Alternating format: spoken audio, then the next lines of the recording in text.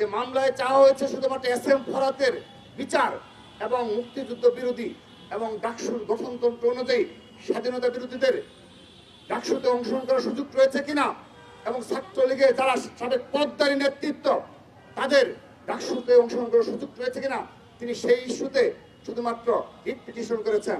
কিন্তু আমরা দেখলাম সেখানে রায় দেওয়া হলো ডাকসু স্থগিতের এবং আইনজীবী ছিলেন শিশির মনির। আমরা এ দ্বারা কি বুঝতে পারি? ঢাকা বিশ্ববিদ্যালয় উত্তপ্ত করা হলো, বিনা কারণে ঘোষণা দেওয়া হলো, নির্বাচন বন্ধ হয়ে গেল।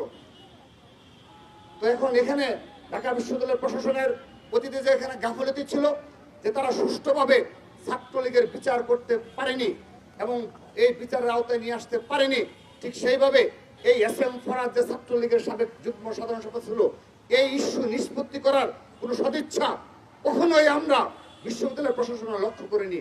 উপরন্তু তাকে আরো কিভাবে ফেভার দেওয়া যায়, ফেভার করা যায় সেই ইস্যুতে তারা সবসময় সোচ্চার ছিল। আমি একটি উদাহরণ দিচ্ছি, আপনারা লক্ষ্য করে দেখবেন। গত পরশুদিন যখন এই ঘটনা ঘটার পর ঢাকা বিশ্ববিদ্যালয়ে বিবেকবান ছাত্র সমাজ যখন জেগে উঠল, সে সময় এই আলী হোসেনের কে বহিষ্কারের দাবি সহ এই ছাত্র শিবিরের বিরুদ্ধে যখন ছাত্র সমাজ জেগে উঠল, সে সময় আমরা লক্ষ্য করে দেখলাম